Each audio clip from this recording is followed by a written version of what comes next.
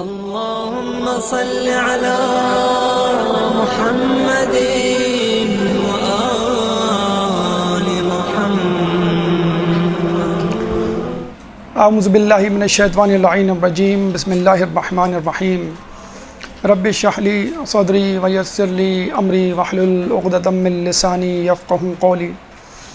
ان اللہ وملائکتہ یصلون علی النبی یا ایھا الذین آمنوا صلوا علیہ وسلموا تسلیما.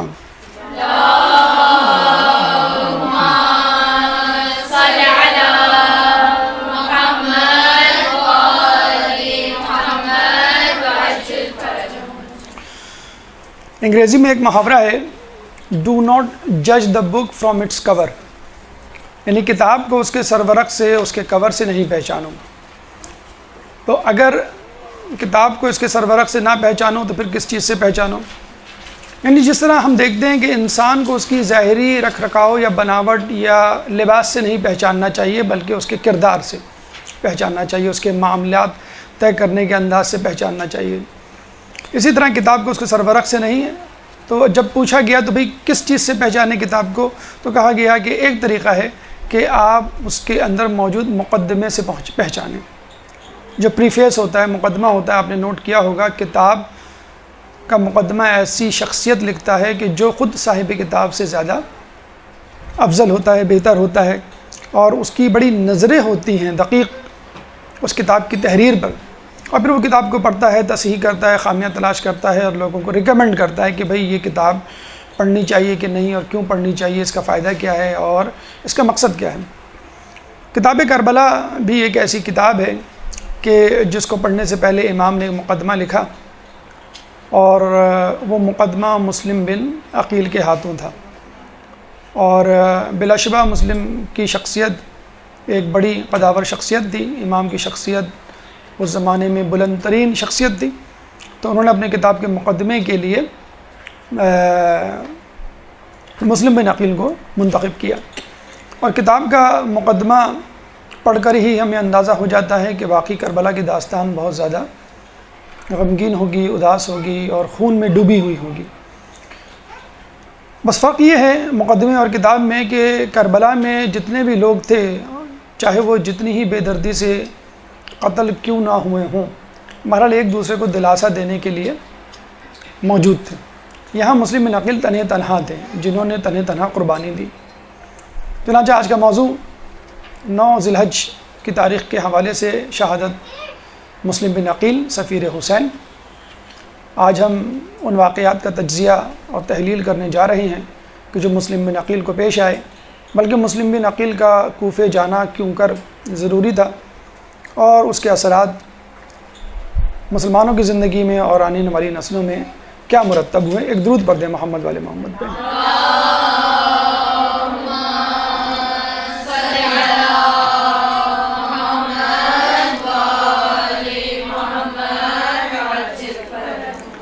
ہماری گفتگو کے انشاءاللہ 10 مراحل ہوں گے. پہلا مرحلہ پس منظر کوفہ شہر کا پس منظر، اس کی تاریخی اہمیت. دوسرا مرحلہ کوفے کے حالات، یعنی وہ کیا حالات تھے جس کے سبب اس امام نے ضروری سمجھا کہ مسلم بن عقیل وہاں جائیں، اور اس کے بعد وہ خود عراق کا رخ کریں.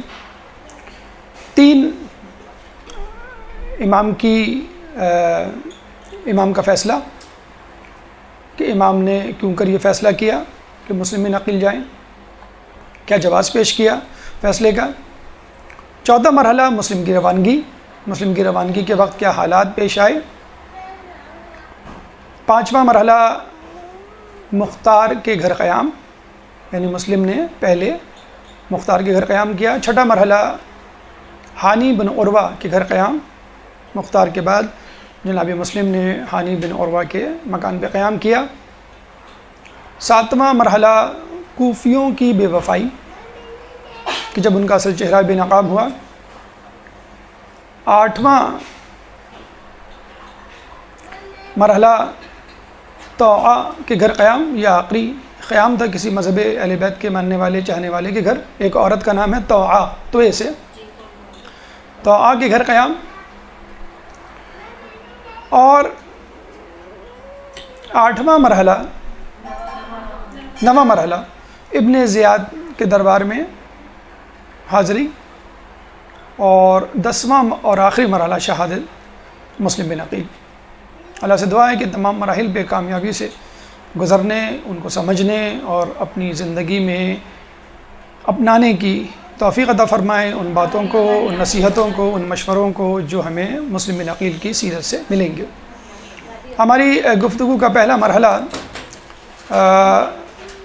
پس منظر۔ کوفہ کے لغوی معنی اگر آپ ڈکشنری میں تلاش کریں تو اس کے معنی ہیں ریت اور مٹی، بجری اور مٹی والی جگہ، یعنی ایسی جگہ جہاں پہ مٹی بھی ہو اور بجری یعنی چھوٹے چھوٹے کنکر۔ عموماً یا تو کسی جگہ مٹی ہوتی یا بجری عموماً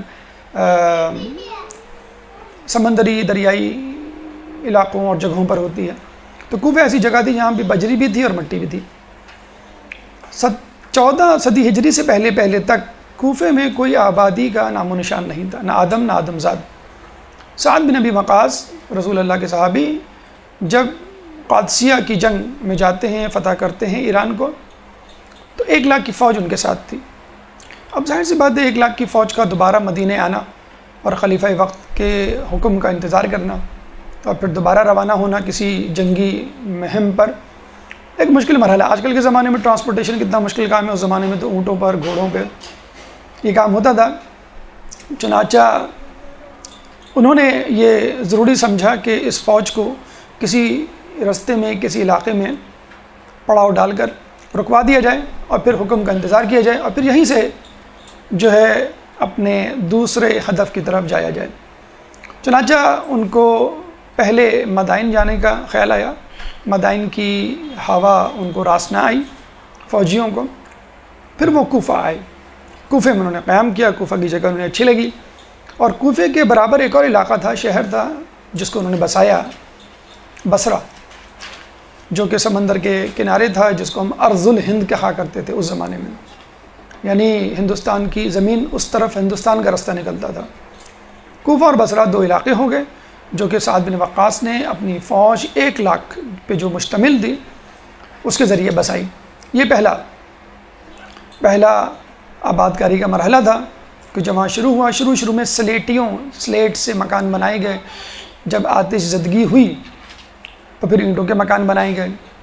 بہرحال 1 لاکھ فوجی وہاں پہ بسائے گئے، لیکن اس کے علاوہ، بسانے کے علاوہ، کوفے کی خود اپنی ایک تاریخی اہمیت اور حیثیت ہے، اور 3 حوالوں سے ہے۔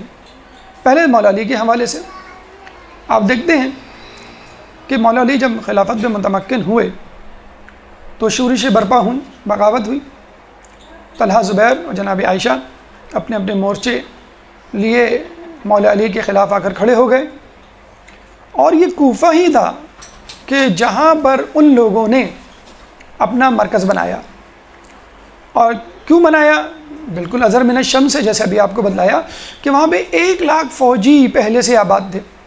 اب 1 لاکھ فوجی کا مطلب یہ ہوا کہ یہ وہ لوگ تھے جو پہلے سے تربیت یافتہ تھے، فوجی مہارت رکھتے تھے، لڑنے کی طاقت رکھتے تھے، شجاع تھے، پہلے سے بہت سارے معرکے سر کر چکے تھے۔ چنانچہ ان تینوں نے چاہا کہ یہاں کے فوجیوں کو استعمال کیا جائے۔ یہ ایک طرح کی کنٹونمنٹ بورڈ آبادی تھی، فوجی چھاونی جسے اردو میں کہا جاتا ہے، جیسے ہمارے کراچی کے علاقے میں بھی فوجی چھاونیاں ہیں، شارع فیصل پہ ہے، کارساز پہ ہے، ملیر پہ ہے۔ کنٹونمنٹ ایک بورڈ تھا ان کا، سمجھ لیں ایک فوجی چھاونی تھی۔ انہوں نے بہتر سمجھا کہ اس علاقے کو استعمال کیا جائے، 1 لاکھ کی فوج ہے، اور بالکل جسے کہتے ہیں کہ تیار شدہ فوج، بس کو استعمال کرنا ہے، قائل کرنا ہے۔ جب یہ وہاں آئے اور اپنے فوجیوں کو تیار کیا اور اپنا مرکز بنایا، اڈا، مورچہ تیار کیا، تو مولا علی کو جب پتہ چلا کہ یہاں پہ جمع ہے اور وہاں پہ فوج کے لیے تیار ہیں، تو مولا علی نے بھی اپنے ساتھیوں کو لے کے کوفے کا رخ کیا۔ اب یوں سمجھ لیجیے ایک الیکشن کمپین چل رہی ہوتی تھی، مولا علی کے ساتھی مسجد، گھر، گلی، قریہ، کوچہ جا کر اپنے لیے کنونس کیا کرتے تھے کہ ہماری فوج میں آؤ، ہماری طرف سے لڑو۔ ادھر حاکم شام کے لوگ گلی، کوچہ، قریہ، مسجد، مدرسہ، ہر جگہ جا کے چوراہوں پہ اپنی جگہ بلانے کے لیے تگ و دو کیا کرتے تھے۔ بالکل ایک الیکشن کمپین تھی۔ بہرحال اس زمانے میں کوفے کی کثیر تعداد نے مولا علی کا ساتھ دیا جنگ جمل میں، جناب عائشہ، طلحہ اور زبیر کے مقابلے میں، اور وہ جنگ مولا علی نے جیتی۔ اس کے بعد ایک جنگ صفین ہوئی حاکم شام کے خلاف، اس میں بھی کوفے والوں نے مولا علی کا ساتھ دیا، اور بصرے والوں نے پہلے کی طرح، یعنی پہلی جنگ کی طرح، جنگ جمل کی طرح حاکم شام کا ساتھ دیا۔ جس طرح وہ علی کے مقابلے میں کھڑے ہوئے پہلے جنگ جمل میں، اس بار بھی وہ علی کے مقابلے میں کھڑے ہوئے جنگ صفین میں، اور پھر جنگ نہروان میں بھی یہی ہوا کہ کوفے والوں نے مولا علی کا ساتھ دیا اور بصرے والوں نے علی کے مخالفین یعنی خوارج کا۔ تو اب یوں سمجھ لیجیے کوفہ جو ہے مولا علی کا ایک مرکز بن گیا، اور مولا علی نے پھر اس کو اپنا دارالخلافہ بھی بنایا، ان کے حامیان اور شیعان جو ہے وہاں آ کے بس گئے۔ اس زمانے میں بلا شبہ، یعنی مولا علی کے زمانے میں، مولا علی سے پہلے کی بات نہیں کر رہے ہیں، اس سے پہلے تو وہ وہی لوگ تھے کہ جو مولا علی کو چوتھا خلیفہ مانا کرتے تھے، لیکن جیسے مولا علی آئے اور ان کی سیرت اور کردار کو اپنے سامنے دیکھا، ان کے معاملات کو دیکھا، ان کے خاندان کو دیکھا، تو وہ بلا شبہ شیعان علی میں شامل ہو گئے۔ لیکن مولا علی کی شہادت کے بعد 20 سال کا دور تھا کہ جو حاکم شام کے حصے میں آیا۔ اس میں کیا ہوا اس کا تذکرہ بھی آگے آئے گا۔ تو مولا علی کے حوالے سے آپ نے اس کی اہمیت دیکھ لی کہ کوفہ جو ایک ہیڈ کوارٹر تھا، دارالخلافہ تھا، شیعان علی سے بھرا ہوا علاقہ تھا۔ رسول اللہ کے حوالے سے ایک عجیب ہمیں اس کی فضیلت ملتی ہے، اہمیت کا اندازہ ہوتا ہے کہ رسول اللہ جب شب معراج کے بعد معراج کا سفر طے کر کے مکہ معظمہ کی طرف جا رہے تھے، تو رستے میں ان کو ایک زمین سے نور نظر آیا نکلتا ہوا۔ تو رسول اللہ نے پوچھا رسول اللہ نے کہ یہ کیسا نور ہے؟ تو فرشتے نے بتایا کہ یہ جو ہے کوفے کا نور ہے، کوفے کی مسجد سے آ رہا ہے۔ تو رسول اللہ نے کہا کہ یہاں پہ میں 2 رکعت نماز پڑھنا چاہتا ہوں۔ دیکھیے اسٹاپ اوور لیا، حالانکہ مکہ کتنی دور تھا، آپ آسمانوں کی 7 آسمانوں کی سیر کر کے آ رہے ہیں، اور آپ نے کہا کہ نہیں مجھے کوفے جانا ہے، اور کوفے جا کے مسجد میں انہوں نے 2 رکعت نماز پڑھی، پھر دوبارہ آسمان پہ تشریف لے گئے اور پھر دوبارہ سفر کیا اور مکے گئے۔ کوفے کی اپنی اہمیت ہے، مسجد حرام، مسجد نبوی کے بعد کوفے کی مسجد کی اہمیت ہے، اعتکاف کے حوالے سے اہمیت ہے، نماز پڑھنے کے حوالے سے اہمیت ہے، اور اس حوالے سے بھی اہمیت ہے کہ یہاں پہ مولا علی اپنے فیصلے سنایا کرتے تھے، اس لیے بھی اہمیت ہے کہ یہیں کے منبر پہ مولا علی کی شہادت ہوئی۔ لیکن اس کے علاوہ، یعنی مولا علی اور رسول اللہ کے علاوہ ہٹ کے بھی کوفے کی اہمیت ہے۔ آپ نے شاید سنا ہوگا جو غیر حتمی علامات ہیں امام زمانہ کی، اس میں ایک علامت یہ بھی ہے کہ کوفے میں کشت و خون کا بازار گرم ہوگا، یعنی شدید قتل عام ہوگا، قتل و غارت ہوگا۔ اور آپ دیکھ لیجئے داعش آئسس کا جو ہیڈ کوارٹر یا مرکز یا سرگرمیوں کا محور جو ہے وہ عراق ہے۔ فی الحال ابھی کوفہ، نجف، کربلا تو نہیں، لیکن موصل تو، اور آپ سنتے رہتے ہیں کہ کاظمین یا بغداد میں وقتاً فوقتاً گاہے بگاہے بم دھماکے ہوتے رہتے ہیں۔ بہرحال، اور یہ کچھ بعید نہیں کہ آئندہ آنے والے زمانے میں یہاں پہ ایک شدید قتل و غارت کا بازار گرم ہو، لیکن بہرحال یہ بات بھی روایتوں میں موجود ہے کہ جب امام زمانہ آئیں گے تو اپنا دارالخلافہ پھر اسی کوفے کو بنائیں گے اور اسی کو وسعت دیں گے، جب وہ میل تک یہ وسیع ہو جائے گا، اتنا وسیع ہو جائے گا کہ کربلا سے مل جائے گا۔ تو ہمارے پہلے امام کا مرکز دارالخلافہ بھی کوفہ، اور ہمارے آخری امام کا دارالخلافہ بھی کوفہ۔ انشاءاللہ جب امام آئیں گے تو کوفے کی امیگریشن کے لیے لوگ اسی طرح تڑپیں گے جس طرح امریکہ، انگلینڈ اور کینیڈا کی امیگریشن کے لیے تڑپ رہے ہیں۔ آپ ابھی سے اپنے نام لکھوا لیں، درود پڑھ دیں محمد والے محمد۔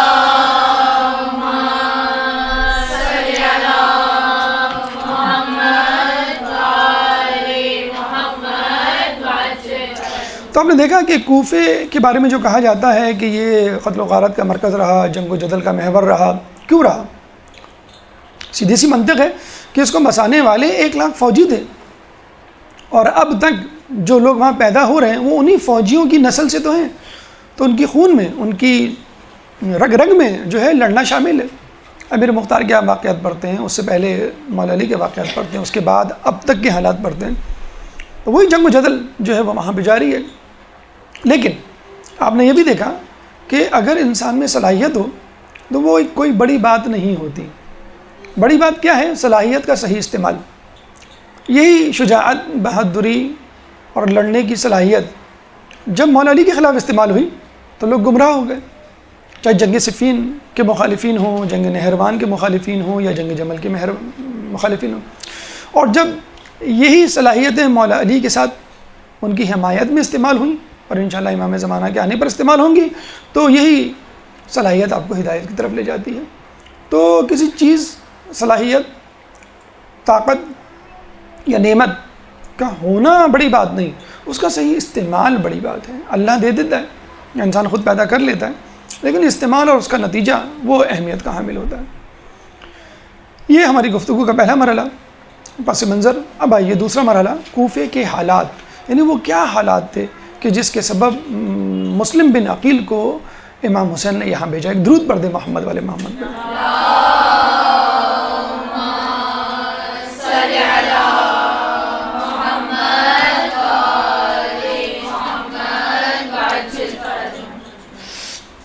بعد از حاکم شام، حاکم شام نے مولا علی کے بعد 20 سال حکومت کی، اور آپ کو معلوم ہونا چاہیے کہ جب کوئی شخص کسی جگہ حکومت کرتا ہے تو چن چن کے ان لوگوں کو قتل کرتا ہے، اذیتیں دیتا ہے، تشدد کرتا ہے، مصیبتیں، رکاوٹیں، آزمائشیں کھڑی کرتا ہے کہ جو اس کے دشمن ہوتے ہیں، جو اس کی حکومت کے دشمن ہوتے ہیں خصوصی طور پہ۔ تو مولا علی کے جتنے بھی ماننے والے، چاہنے والے شیعان علی تھے، ان کو جو ہے چن چن کے قتل کیا گیا، جلا وطن کیا گیا، اور جو بچے انہوں نے خود روپوشی اختیار کر لی۔ اور یہ وہ وقت تھا کہ جب کوفے میں زیاد بن امیہ کی گورنری تھی۔ 20 سال حاکم شام میں اور دیگر مسلمان ریاستوں میں حاکم رہا۔ اسی دوران زیاد بن امیہ، الف بے یہ ہے، حاکم رہا۔ زیاد بن امیہ آپ کو معلوم ہے ولد الزنا، جس کو حاکم شام نے اپنا بھائی بنایا، یعنی اپنی باپ کی اولاد میں شامل کیا۔ 4 گناہوں میں، 4 جرائم میں سے ایک بڑا جرم علماء اعلام اور تاریخ دان گنواتے ہیں حاکم شام کا، یعنی ابن زیاد کو اپنی نسل میں قرار دینا یا اپنا بھائی بنانا۔ سب و شتم، خلافت پہ قبضہ اور یزید کی جانشینی، یہ 3 گناہ اور تھے۔ چوتھا گناہ ابن زیاد کو اپنا بھائی بنانا، زیاد بن امیہ کو اپنا بھائی بنانا، ابن زیاد اس کا بیٹا۔ زیاد بن امیہ کوفے میں 20 سال تک گورنری کرتا رہا، اور آپ کو معلوم ہے وہ وہی آرڈر کیری آن کرتا رہا جو اس کو شام سے ملے کہ شیعان علی کو قتل کر دو، جلا وطن کر دو، شدید اذیت، تشدد، قید بند کا جو ہے سامنا کرنے دو انہیں، اور تمام راستے مسدود کر دو۔ چنانچہ جو رہ گئے تھے گنے چنے، یعنی آٹے میں نمک کے برابر، تو وہ سمجھ لیں ایک لو پروفائل زندگی گزار رہے تھے، جن کی کوئی حیثیت نہیں تھی، جو ہوں تو نہیں معلوم، جو نہ ہوں تو بھی لوگوں کو نہیں معلوم۔ ایسے میں جب یزید خلافت پر متمکن ہوا اور اس کی زندگی کے کرتوت، عادات و اطوار لوگوں کو معلوم چلے، شہوت رانی سے لے کے زناکاری، پھر شراب خوری، بلکہ سب سے بڑا گناہ جو یزید کا گنوایا جاتا ہے وہ ہے حلال کو حرام اور حرام کو حلال بنانا۔ ممبر کو تمسخر اور مسخرے پن کا مرکز بنانا، بندر کو اپنے ساتھ رکھ کے، اور یہ بھی ملتا ہے کہ 3 دن تک وہ سوگ مناتا رہا اپنے بندر کا جب اس کا انتقال ہوا۔ تو جب ایسے لوگ حاکم ہوں گے تو مجھے بتائیے شیعان علی کیا، دیندار کیا، ایک بے دین آدمی بھی تڑپ اٹھے گا کہ ٹھیک ہے میں اسلام پہ عمل نہیں کر رہا، لیکن میں ایسے شخص کو تو اپنا مسلمان نہیں۔ مسلمانوں کا خلیفہ کون ہوا کرتا تھا؟ اس کے القابات آپ کو معلوم ہے کیا ہوا کرتے؟ ذل سبحانی، اللہ کا سایہ، خلیفہ رسول، رسول کا جانشین، یہ القابات تھے جو کہ خلیفہ کو دیے جاتے تھے۔ جب وہ خلافت میں متمکن ہوا تو لوگوں نے تو سر پیٹ لیا کہ ہم سے کیا غلطی ہوئی۔ خیر غلطی تو ان سے بہت پہلے سے ہو رہی تھی، لیکن اس کا نتیجہ اس بھیانک خواب کی طرح نکلے گا جو صحیح ثابت ہوا ان کو معلوم نہیں تھا۔ تو کوفے میں ایک پراسرار خاموشی تھی۔ اچھا کوفے کے لوگ ٹھیک ہے کتنے برے صحیح، لیکن ایک غیرت تو تھی لڑنے بھڑنے کے حوالے سے۔ اس سے پہلے بھی وہ لڑتے بھڑتے رہے ہیں، کس کے خلاف؟ کہ جو اسلام کے خلاف کھڑا ہوا، مولا علی کے ساتھ بھی وہ رہے۔ تو 20 سال وہ خاموش رہے، اپنے عقیدے بدل دیے، اپنی وفاداریاں بدل دی کہ ٹھیک ہے ہم نہیں مانتے مولا علی کے عقائد کو، ان کو امام نہیں مانتے، لیکن اب اس کو بھی ماننا پڑے گا، ان کو نہیں معلوم تھا۔ اب یہاں آ کے وہ تھوڑے سے رک گئے، ایک پاز زندگی میں آ گیا، پریشان ہو گئے کیا کریں۔ ایک پراسرار سی خاموشی تھی کہ لوگ ایک دوسرے کے چہرے کو دیکھ کر شرمندہ ہوتے کہ دیکھو کس طرح کا شخص ہمارے اوپر حاکم ہو گیا ہے. چنانچہ ایسے میں جسے کہتے ہیں نا کہ انسان میں صلاحیت ہوتی ہے غصے میں کھول رہا ہوتا ہے، لیکن وہ انتظار کر رہا ہوتا ہے کہ کچھ ہو تو میں اپنے غصے کی بھڑاس نکالوں. خدا تجھے کسی طوفان سے آشنا کر دے کہ تیرے بحر کی موجوں میں اضطراب نہیں. تجھے کتاب سے ممکن نہیں فراغ کہ تو کتاب خواہ ہے مگر صاحب کتاب نہیں. یعنی اقبال کہہ رہے ہیں کہ خدا تجھے طوفان سے آشنا کر دے، کوئی حادثہ ہو جائے، کوئی پکڑ ہو جائے، کوئی آفت نازل ہو جائے تو ہی تم اٹھو گے. جو سوتا ہوا شخص جب چھینٹے مارو تو اٹھتا ہے، ویسے نہیں اٹھے گا آواز سے. خدا تجھے کسی طوفان سے آشنا کر دے کہ تیرے بحر کی موجوں میں اضطراب نہیں. تیرے اندر پانی ہے لیکن اس میں وہ لہریں نہیں ہیں جوش و خروش کی جو کسی طوفان کو پیدا کر سکتی ہیں اور اپنے اوپر ظلم و ستم کرنے والے لوگوں کو، اقتدار کی کشتی پہ اترانے والے لوگوں کو پلٹ کر ڈبا نہیں سکتی. تجھے ممکن نہیں فراق کتاب سے، یعنی تو کتاب پڑھنے میں مشغول ہے، کتاب خواہ مگر صاحب کتاب نہیں. کتاب تو پڑھ رہا ہے لیکن صاحب کتاب نہیں، خود تیرے پر کتاب نہیں لکھی گئی. یعنی آپ قرآن پڑھتے ہیں، حدیث پڑھتے ہیں، اس پہ عمل نہیں کر رہے. اگر آپ اس پہ عمل کر لیں تو کل آپ خود تاریخ کا حصہ بن جائیں اور آپ کے اوپر کتابیں لکھی جائیں. جو آپ کتابیں پڑھتے ہیں ائمہ کی، ان کے اصحاب کی، ان کتابوں پہ عمل کرنا شروع کر دیں تو پھر کیا ہوگا کہ آپ کی خود بائیوگرافی لکھی جائے گی، آپ کی خود حیات لکھی جائے گی، جیسے مالک اشتر کی لکھی گئی، ابو ذر غفاری کی، سلیمان فارسی کی، ان تمام لوگوں کی، امیر مقدار کی. تو یہاں پر تالاب میں پہلا پتھر سلیمان بن سرد نے پھینکا. سلیمان بن سرد صحابی رسول، صحابی امیر المومنین، سلیمان بن سرد، سواد را دال، سرد، سلیمان بن سرد صحابی رسول، صحابی امیر المومنین، اور امام حسین کے صحابی اور لشکری اور سپاہی بننے کے لیے متمنی. انہوں نے اپنے چھوٹے سے مکان میں، کچی مٹی کے مکان میں لوگوں کو بلایا اور ایک اجلاس کیا اور یہ کہا کہ دیکھو حاکم شام جا چکا، یزید خلافت پر متمکن ہو چکا، اس کے کرتوت سے تم لوگ آشنا ہو. یزید کی بیعت سے امام نے انکار کر دیا ہے. اب تم ایک شخص کو دغا دے کر، اس سے بے وفائی کر کر اپنے آپ کو نقصان نہ پہنچاؤ. یعنی کس شخص کو دغا اور بے وفائی کر کے؟ امام حسین سے. اب انہوں نے بے وفائی کی، انہوں نے بیعت سے انکار کیا ہے، اب ہمارا فرض بنتا ہے. اسٹینڈ کس نے لیا سب سے پہلے بیعت نہ کرنے کا؟ امام حسین نے. تو اب ہمارا فرض بنتا ہے امام حسین جیسی شخصیت کو فالو کرے اور ان کی بیعت کرے، اور ان کی بیعت کرنے کے بعد یزید سے چھٹکارا پائیں. یہی ایک واحد راستہ ہے.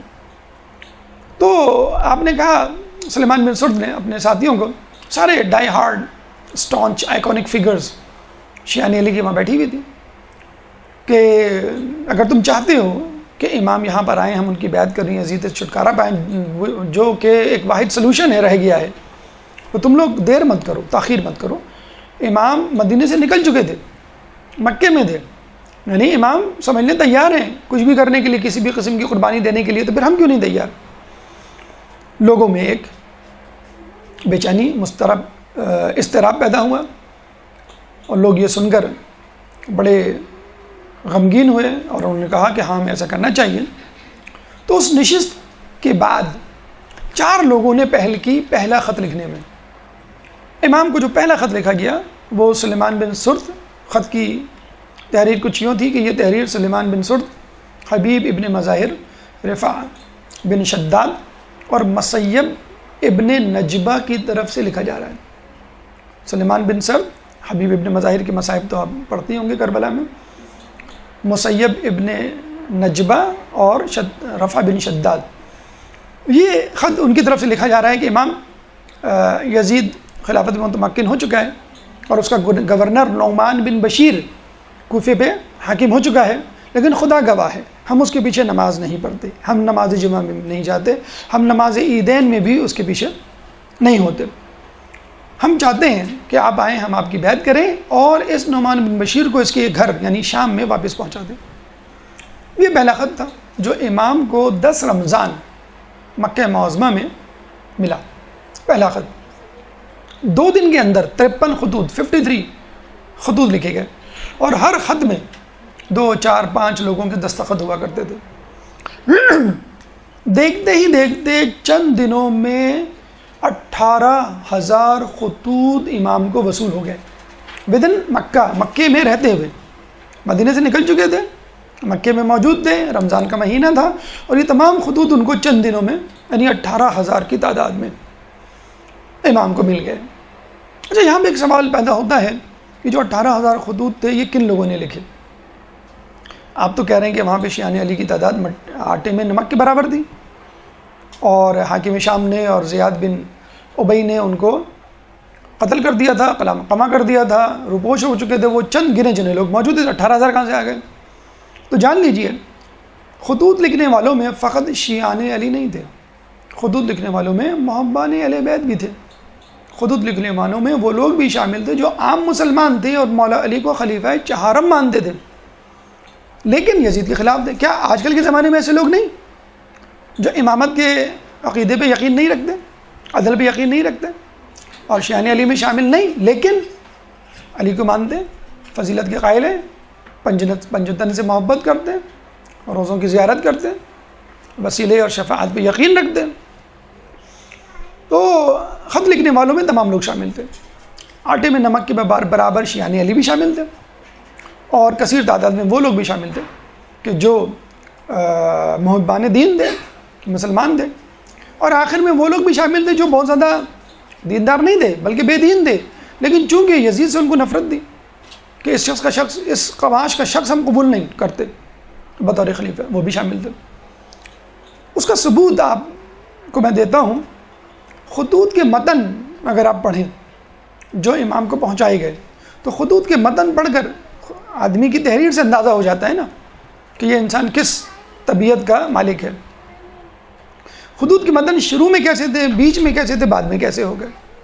جیسے ہم نے بتایا کہ شروع میں شیعان علی نے ان کو خط لکھا، پھر بعد میں عام لوگوں نے، اور پھر بعد میں ان لوگوں نے بھی جو دیندار تو نہیں تھے لیکن ان کو یزید بہرحال پسند نہیں تھا۔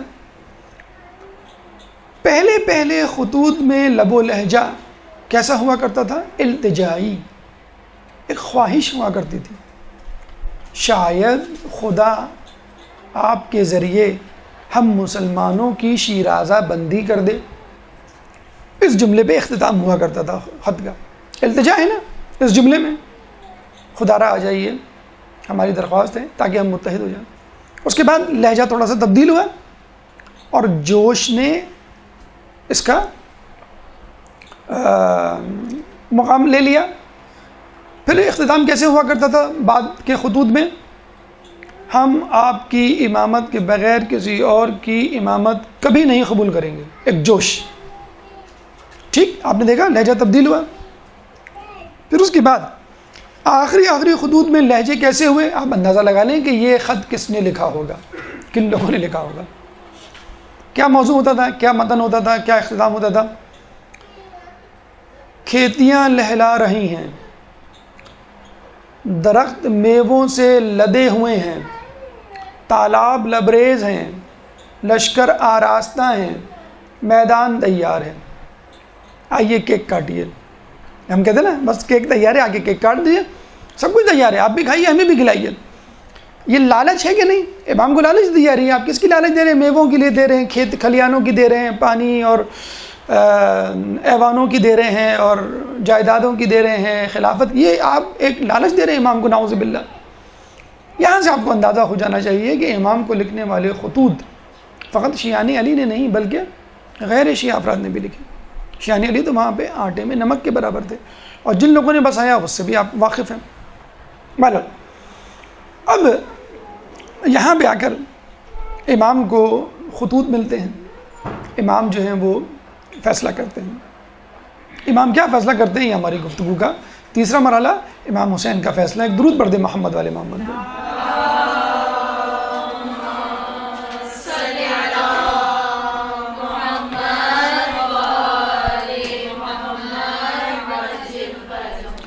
امام کو ان حالات میں کیا فیصلہ کرنا چاہیے؟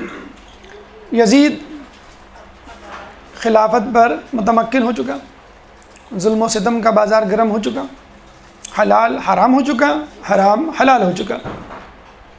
امام نے بیعت سے انکار کر دیا، مکہ معظمہ آ گئے. اب دو عوامل، دو فیکٹر ایسے تھے جس نے امام کو مجبور کیا کہ وہ کوفے کی طرف جائیں، عراق کی طرف رخ کریں. ٹھیک ہے، کون سے دو فیکٹر؟ نمبر 1 مکے کی حرمت، نمبر 2 کوفے کی دعوت. یہ دو عوامل تھے، جس کے دو اسباب تھے، دو وجوہات تھے جس کی وجہ سے امام نے فیصلہ کیا. مکے کی حرمت، امام مدینے سے مکے گئے حج کے لیے. حج میں آپ کو معلوم ہے حج کا سیزن ہے، آپ نے یہ سنا ہوگا کہ حرم میں مکھی مچھر مارنا بھی حرام ہے. حتیٰ کہ کوئی شخص جرم کر کے حرم میں چھپ جائے اس کو نہیں پکڑ سکتے آپ، جب تک وہ دوبارہ حالت احرام میں یا حرم میں جرم نہ کر بیٹھے، پھر آپ پکڑ لیں. تو دیکھا آپ نے، گھاس پھوس نہیں توڑ سکتے آپ حرم میں لگی ہوئی. تو امام کو یقین تھا کہ بھئی مسلمان ہیں لیکن اتنے گئے گزرے تو نہیں ہیں کہ بیت الہی یا بیت اللہ کی جو ہے وہ حرمت پامال کریں. لیکن جب ان کو بتلایا گیا اور انہوں نے خود دیکھا کہ میرے آس پاس حاجی احرام میں خنجر اور چاقو لے کے گھوم رہے ہیں، خنجر اور نیزے لے کے گھوم رہے ہیں، ہتھیار لے کے گھوم رہے ہیں، تو ان کو احساس ہو گیا کہ یہ تو اچھا، ان کو اس بات کا ڈر نہیں تھا کہ مجھے قتل کرنے یا میں قتل ہو جاؤں گا. ان کو اس بات کا خوف وہ تھا، افسوس کہ یہ بیت اللہ کی حرمت کو بھی قائم رکھنے کے روادار نہیں. تو انہوں نے یہ فیصلہ کر لیا کہ یہاں سے مجھے جانا چاہیے. اسی وقت جب 18,000 خطوط ملیں گے تو اب منزل کا بھی تعین ہو جانا چاہیے. یہاں سے جانا تو چاہیے، یہ تو فیصلہ ہو چکا تھا، لیکن کہاں جانا چاہیے اس کا فیصلہ ہنوز دلی دورست کے وی ڈونٹ نو کہاں جانا چاہیے. 18,000 خطوط کسی کو ملیں گے تو ایک صاحب عقل آدمی کو کیا فیصلہ کرنا چاہیے؟ امام کو چھوڑیے، امام کو تو پہلے سے معلوم تھا کہ میں کہاں قتل ہوں گا اور کہاں جو ہے ہمارے لاشیں بکھرے پڑے ہوں گے. لیکن ایک عام آدمی کو جس کی کوئی منزل نہیں، 18,000 خطوط ملتے ہیں کسی جگہ سے، تو وہ کہاں جائے گا؟ وہیں جائے گا. ورنہ قیامت کے دن وہ 18,000 افراد امام کا گریبان پکڑ سکتے ہیں. ٹھیک، جب وہ جانے لگے تو لوگوں نے ان کو روکا. امام نے صاف کہا، دیکھو اگر میں یہاں رہا تو بھی قتل کیا جاؤں گا. عبداللہ بن زبیر، جن کے بارے میں کہا جاتا ہے کہ حاکم شام نے یزید کو یہ نصیحت کی تھی، دیکھو 3 لوگوں سے بیعت نہیں لینا، امام حسین، عبداللہ بن زبیر، عبداللہ بن عمر. ان 2 لوگوں کے ساتھ کیا ہوا ایک الگ داستان ہے، کبھی اور سنائیں گے. لیکن عبداللہ بن زبیر اسی واسطے مکے کی طرف انہوں نے رخ کیا کہ یہ ایک ایسی جگہ ہے کہ جہاں پر جو ہے وہ یزید نہیں آ سکتا، یا آئے گا بھی تو حرمت کا خیال رکھے گا. لیکن ایسا نہیں ہوا. آپ نے دیکھا ہوگا، کتابوں میں پڑھا بھی ہوگا کہ باقاعدہ خانہ کعبہ کو آگ لگائی گئی اس کے خلاف کو، اور لوگ کھڑے تماشا دیکھتے رہے کہ اچھا ہے یزید کے لوگوں نے لگائی ہے، وہ خود ہی بدنام ہوں گے لوگوں میں، ہم کیوں بجھائیں. تو مختار نے جا کے اپنے ساتھی کی مدد سے اس آگ کو بجھایا. تو امام نے، عبداللہ بن زبیر نے کہا کہ یہاں سے مت جائیے. تو امام نے صاف کہا کہ دیکھو یہاں پہ ایک شخص مینڈھے کی طرح ذبح ہوگا اور وہ مینڈھا میں نہیں بننا چاہتا. اس کے بعد بار بار عبداللہ بن زبیر کے بارے میں ملتا ہے کہ وہ اکثر امام کے پاس آتا اور امام کے پاس حاضری دیتا، لیکن ایک ظاہری سی محبت تھی جو اس کو دکھانی تھی، کیونکہ وہ چاہتا تھا کہ امام یہاں سے چلے جائیں تاکہ اس کے لیے خلافت کی راہ ہموار ہو. آپ نے پھر امیر مختار کے واقعے میں یہ پڑھا بھی ہوگا کہ کس طرح اس کے بیٹوں نے امیر مختار کو قتل کیا اور پھر اپنے لیے خلافت کی راہ ہموار کی. بہرحال تو امام نے بڑا، ایک دفعہ امام اپنے ساتھیوں کے ساتھ بیٹھے ہوئے تھے تو عبداللہ بن زبیر آیا، ان کے کان میں کچھ کہا اور چلا گیا. تو امام نے کہا کہ تمہیں معلوم ہے کہ اس نے کیا کہا میرے کان میں؟ لوگوں نے کہا کیا کہا؟ امام نے کہا اس نے کہا کہ یہاں سے مت جائیے. اور پھر امام نے اپنا اسٹینڈ، اپنا موقف ظاہر کیا اور یہ کہا، میں مکے سے ایک بالشت باہر مارا جاؤں، بہتر ہے کہ میں مکے میں ایک بالش اندر مارا جاؤں. خدا کی قسم اگر میں کسی جانور کے سوراخ میں بھی پناہ لے لوں تو یہ لوگ مجھے وہاں سے نکال کے قتل کر دیں گے. بالکل ایک اوپن ورڈکٹ تھا، ایک کھلی ہوئی جسے کہتے ہیں سازش تھی لوگوں پہ عیا ہو چکی تھی کہ امام کو قتل کیا جانا ہے، کہ مکہ ہو، کوفہ ہو، مدینہ ہو، تو وہ مکے میں کیوں قتل ہو؟ ایک بالغ بھی اگر نکل سکتے ہیں تو امام کو نکلنا چاہیے، یہ امام کا فیصلہ تھا، اور ایک صاحب عقل کو بھی تسلیم کرنا چاہیے۔ واقعی مکہ ایک ایسی جگہ ہے کہ جہاں پہ حرمت پامال نہیں ہو، انسان کی جان چلا جائے وہ قربانی دے دے، اور امام نے یہ کیا۔ کچھ لوگوں نے اس کو اپنی شیلڈ بنایا، پناہ گاہ بنایا، اس کو ایک بہانہ بنایا اپنے آپ کو بچانے کا۔ بہرحال امام نے جو ہے وہاں سے جانے کا اندیا دیا، اور پھر کوفے والوں کی دعوت نے امام کا فیصلہ اور آسان کر دیا۔ لوگوں کو یہ بات سمجھنے میں آسانی ہو گئی کہ اگر مکے سے نکلنا ہے تو پھر کہاں جانا ہے؟ ان لوگوں کے پاس جانا ہے جن لوگوں نے 18,000 خطوط دیے۔ یہاں پر یہ بات ظاہر ہو جاتی ہے کہ اسلام ظاہر پر حکم لگاتا ہے، باطن پہ نہیں۔ مجھے بتائیے کہ کیا امام کو کوفے والوں کے باطن کا اندازہ نہیں تھا؟ بلکہ امام کو ایک نے کہا بھی تھا کہ کوفے والوں کے دل آپ کے ساتھ ہیں لیکن ان کی تلواریں ابن زیاد کے ساتھ ہیں۔ معلوم تھا امام کو، لیکن چونکہ امام ظاہر پہ حکم لگاتا ہے، اسلام بھی ظاہر پہ حکم لگاتا ہے، اس لیے وہ مجبور تھے کہ قیامت میں وہ گریبان نہ پکڑے۔ مثلا مولا علی کی جب خلافت کا وقت آیا تو مولا علی کے گھر جب لوگ جمع ہوئے تو مولا علی نے انکار کیا، تو لوگوں نے کیا کہا کہ ہم قیامت کے دن آپ کا گریبان پکڑیں گے اور خدا کے سامنے آپ کی شکایت کریں گے کہ ہم نے آپ کو خلیفہ بنانا چاہا، آپ نہیں بنے۔ تو یہ تو امام کا ایک طریقہ رہا ہے، اسلام کی ایک سنت رہی ہے۔ اگر لوگ آپ کو خلیفہ بنائیں تو آپ بن جائیں، اگر نہ بنائیں تو نہ بنیں، زبردستی نہیں۔ مولا علی کو خلافت دی گئی، ٹھیک ہے آپ بن گئے، اور امام زمانہ بھی جو خلیفہ بنیں گے زبردستی نہیں بنیں گے، لوگ ان کا ساتھ دیں گے۔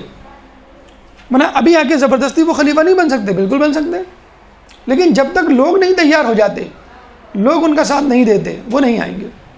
اور اسی طرح ہمارے جو 10 امام گزرے انہوں نے بھی خلافت پہ زبردستی کبھی قبضہ کرنے کی کوشش نہیں کی، 1 انچ زمین لینے کی کوشش کی، آفرز کی گئی۔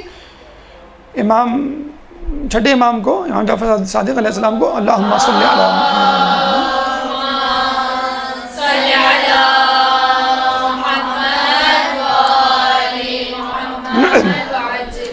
کیا ان کو آفر نہیں کی گئی تھی کہ آپ حکومت لے لیں؟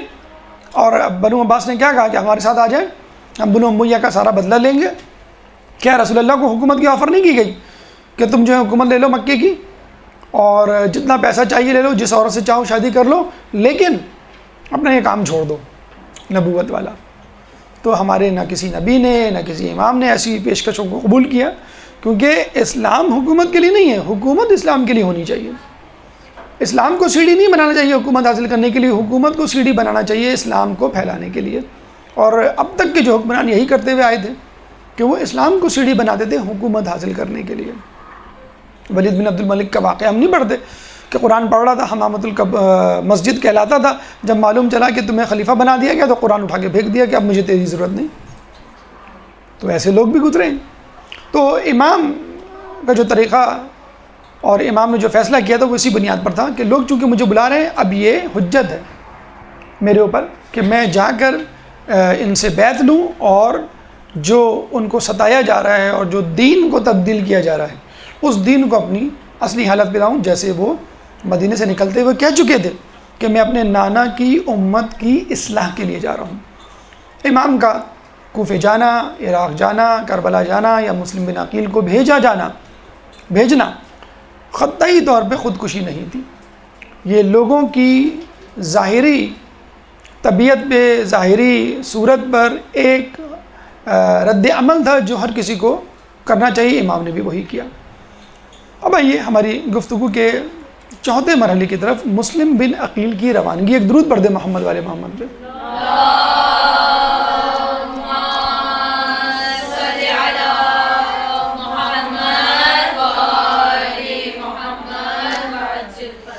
امام نے اپنے امزاد مسلم بن عقیل کو منتخب کیا اپنے سفیر کے لیے۔ جو آخری خطوط ان کو ملے، انہوں نے جو ہے اس کا متن پڑھ کر ایک خط لکھوایا کہ میں اپنے امزاد مسلم بن عقیل کو حالات کی تصدیق کے لیے بھیج رہا ہوں، اور میں رضا الہی کا قائل ہوں اور چاہتا ہوں کہ تمہاری نصرت کروں، لیکن مسلم بن عقیل آ کر پہلے حالات کی تصدیق کریں گے۔ تو اس وقت جو دو آخری قاصد آئے تھے، ہانی بن عروہ نہیں بلکہ ہانی بن بانی، جو تاریخ کی کتابوں میں لفظ آیا ہے، ہانی بن بانی اور سعید بن عبداللہ، یہ دو افراد تھے جو آخر میں آئے تھے. تو امام نے خط لکھ کے انہی کے ہاتھ میں اپنا خط پکڑوا دیا کہ تم جا کے یہ خط وہاں کے لوگوں کو دے دو، اور مسلم بن عقیل آ رہے ہیں تمہارے پیچھے. مسلم بن عقیل مدینہ گئے، مسجد نبوی میں نماز پڑھی، رسول اللہ کی قبر پہ حاضری دی، اور وہاں پہ قبیلہ قیس کے دو افراد کو جو راستہ شناس تھے ساتھ لیا اور کوفے کی طرف روانہ ہوئے. لیکن راستے میں ابتدا ہی میں ایک ایسا واقعہ پیش آیا کہ مسلم بن عقیل ٹھٹک گئے اور اس کو بدشگونی جانا. وہ کیا واقعہ تھا کہ جو دو افراد گئے تھے مسلم بن عقیل کے ساتھ راستہ بتلانے، وہ راستہ بھٹک گئے اور صحرا میں ادھر ادھر مسلم بن عقیل کو لے کر پھرتے رہے بڑی مشکل سے. اچھا، اس بھٹکنے کے دوران آپ کو معلوم ہے صحرا میں فرض کر لیں آپ 30 دن کا پانی لے کے جا رہے ہیں، 30 دن کی مسافت ہے، کہاں سے؟ مدینہ سے کوفہ، اور آپ راستہ بھٹک گئے، تو اس کا مطلب آپ کو کتنے دن کا پانی لے کے جانا چاہیے تھا؟ 40 دن کا. تو 10 دن تو راستہ ڈھونڈنے میں لگ گئے، تو پانی ختم ہو گیا. 30 دن گزر گئے اور صحرا میں بیٹھے ہوئے. وہ بیچارے کسی طرح کوئی جگہ ڈھونڈ کر مین شاہراہ پر آئے، اور اس کا نام تھا وادی حیت، بطن حیت، بے طا نون بطن ہا یا تے، بطن حیت نامی جگہ پر کسی طرح پہنچے، اور کہتے ہیں وہاں پہنچتے ہی دونوں بے ہوش ہو کے گر پڑے اور ہلاک ہو گئے، مر گئے پیاس کی شدت سے. مسلم بن عقیل بھی پیاس کی شدت سے بے تاب تھے، وہ بھی مدہوشی کی حالت میں تھے، لیکن ان کے اعضاء جوارے اور قوت ارادی تھوڑی سی مضبوط تھی، چنانچہ وہ بچ رہے. بے ہوش تو وہ بھی ہو گئے. خیر کسی طرح کہتے ہیں کہ لوگ ان کو چشمہ مزیق، میم زواد یہ اور قاف، چشمہ مزیق کے پاس لے کے گئے، پانی کی شیٹیں ماری، ان کو پانی پلایا، ہوش میں لایا گیا تو پتہ چلا کہ یہ مسلم بن عقیل ہیں. انہوں نے وہاں کے لوگوں سے درخواست کی کہ میں خط لکھنا چاہتا ہوں امام حسین کو، مجھے اس کی اجازت دی جائے. خط لکھا اور کسی طرح ایک آدمی کو تیار کیا کہ تم یہ خط لے جا کر امام حسین کو دے دو. اس خط میں انہوں نے یہ لکھا کہ راستے ہی میں ابتدا میں ایک ایسی بدشگونی ہو گئی ہے کہ جس کے سبب میں یہ سمجھتا ہوں کہ میرا جانا مناسب نہیں، آپ کسی اور کو بھیج دیجیے. امام نے کہا کہ نہیں، تمہیں ہی جانا ہوگا، اور تم تھوڑا سا بھی خوف نہ کھاؤ، اور یہ کوئی بدشگونی نہیں، اللہ تعالیٰ تمہیں کامیاب کرے گا. خط دوبارہ ملا، انہوں نے اپنا دوبارہ سفر شروع کیا. راستے میں ایک اور واقعہ پیش آیا کہ انہوں نے دیکھا ایک آدمی جو ہرن کے پیچھے بھاگ رہا ہے، اور پھر وہ ہرن کو شکار کرنے میں کامیاب ہو جاتا ہے. تو مسلم بن عقیل کہتے ہیں کہ یہ خوشگونی ہے کہ میں بھی اپنے دشمن پہ غلبہ پالوں گا. خیر وہ آگے چل پڑے. لوگوں نے کہا کہ نہیں، یہ بھی بدشگونی تھی کہ آپ بے دردی سے قتل کیے جائیں گے. خیر بہرحال اب ان کو خود خوشگونی یا بدشگونی کا کوئی دھڑکا نہیں تھا، وہ تو امام کے حکم کے تابع تھے. اب راستے میں احتمالات آئیں، اشکالات آئیں، یقین کی کیفیت ہو، فائدہ ہو، نقصان ہو، اب ان کو اس سے کوئی غرض نہیں تھی. امام نے کہا کہ تمہیں جانا ہے چاہے کچھ بھی ہو جائے. ٹھیک ہے، میں تیار ہوں بالکل. میں نے احتمال کا اظہار کیا تھا، اگر آپ سمجھتے ہیں کہ ضروری ہے جانا چاہے کچھ بھی ہو، ٹھیک ہے میں تیار ہوں جانے کے لیے. بہرحال مسلم بن عقیل جو ہے وہ وہاں سے چلتے ہیں اور کوفہ پہنچتے ہیں. اچھا یہاں پہ ایک بات ذہن میں رکھیے، جو ہمیں، جیسے ہم نے کہا کہ تاریخ پڑھتے ہوئے صرف تاریخ نہیں پڑھنی ہے، کتاب خواہ نہیں بننا بلکہ صاحب کتاب بننا ہے. تو پہلی بات تو یہ کہ امام کے فیصلے کے سامنے فوراً سر تسلیم خم کر دینا چاہیے، چو چرا نہیں کرنی چاہیے. اگر اشکال ذہن میں آ رہا ہے تو اس کا اظہار کر دینا چاہیے، اور اس کے باوجود امام کہیں کہ تمہیں جانا ہے، تمہیں یہ کام کرنا ہے تو کرنا چاہیے. آپ یہ ذرا غور کیجئے کہ امام نے فقط ایک شخص کو منتخب کیا. اصولاً تو یہ ہونا چاہیے تھا ایک سے زیادہ افراد کو منتخب کرتے. احتمال تو تھا دشمنوں کا، ابن زیاد کا، نعمان بن بشیر کا، دشمنان اہل بیت کا. نہیں، تمہیں اکیلے جانا ہے. اور مسلم بن عقیل نے بھی نہیں پوچھا کہ میں اکیلے کیوں جاؤں، کم از کم 2-4 افراد تو ہوں میرے ساتھ مشورے کے لیے اور گفت و شنید کے لیے یا کسی منصوبہ بندی کے لیے. امام نے کہا تمہیں اکیلے جانا ہے. اب مسلم بن عقیل جو ہے وہ چلتے ہیں، اور کوفہ جب پہنچتے ہیں تو مختار کے گھر قیام کرتے ہیں. ہماری گفتگو کا 5واں مرحلہ مختار کے گھر قیام. اچھا یہاں پہ ایک بات اور ذہن میں رکھ لیجئے، ایک پیغام مسلم بن عقیل کی طرف سے کہ جانے سے پہلے گھر والوں کو الوداع کہنا ضروری ہے. یہ ایک طریقہ ہے ائمہ کا، انبیاء کا، عقلاء کا، کہ جانے سے پہلے گھر والوں کو آپ ضرور الوداع کہیں، نمبر 1. نمبر 2، اگر اپنے بزرگان دین یا اپنے آباء و اجداد کی قبر کی زیارت کر سکتے ہیں تو وہ بھی ضرور کریں. مکے میں تھے، مکے سے چلے جاتے آپ کوفے، نہیں دوبارہ مدینے آئے تو وہاں پہ رسول اللہ کی قبر کی زیارت کی، نماز پڑھی، اپنے گھر والوں کو الوداع کہا، پھر گئے. تو یہ بھی ایک طریقہ ہے جو سفر پہ جانے سے پہلے، جو اکثر لوگ کرتے بھی حج عمرہ زیارت یا کہیں جانے سے پہلے تمام گھر والوں رشتہ داروں سے مل کے جاتے ہیں، اجازت دے کے یا ان کو اطلاع دے کے. اب جو ہے مختار کے گھر عقیل، مسلم بن عقیل پہنچتے ہیں. اچھا اصولاً مسلم بن عقیل کو ٹھہرنا چاہیے کہاں؟ سلیمان بن سرد کے گھر، جس نے سب سے پہلے ایک اجلاس بلایا، میٹنگ بلائی. مسلم بن عقیل نے مختار کے گھر قیام کیا کیونکہ سلیمان بن سرد اس وقت وہاں موجود نہیں تھے. چنانچہ آپ جو ہے مختار کے گھر، مختار ایک بہت بڑے زمیندار کے بیٹے تھے اور ان کی ایک کافی حیثیت تھی، حلقہ احباب تھا، صاحب ثروت تھے. لیکن بہرحال سلمان بن سرد جیسے یا عروہ، ہانی بن عروہ جیسے نہیں تھے، وہ قبیلوں کے سردار تھے یہ، لیکن بہرحال اپنی بہادری شجاعت میں یگانہ تھے. چنانچہ مسلم بن عقیل نے کہا کہ چلو میں کم از کم مختار کے گھر قیام کر لوں. اچھا یہ جیسے مختار کے گھر قیام کرنے کے لیے آئے تو دھڑا دھڑ لوگ آنے لگے ملاقات کے لیے، حوال پرسی کے لیے، مزاج پرسی کے لیے، اور دھڑا دھڑ بیعت کرنے لگے. چند دنوں میں آپ کو معلوم ہے کتنے لوگوں نے بیعت کی؟ 18,000 لوگوں نے. وہی 18,000 خطوط اور وہی 18,000 کی فگر تاریخ کی کتابوں میں درج ہے. 18,000 لوگوں نے چند دنوں میں بیعت کر لی. ایسے میں مسلم بن عقیل کو کیا کرنا چاہیے؟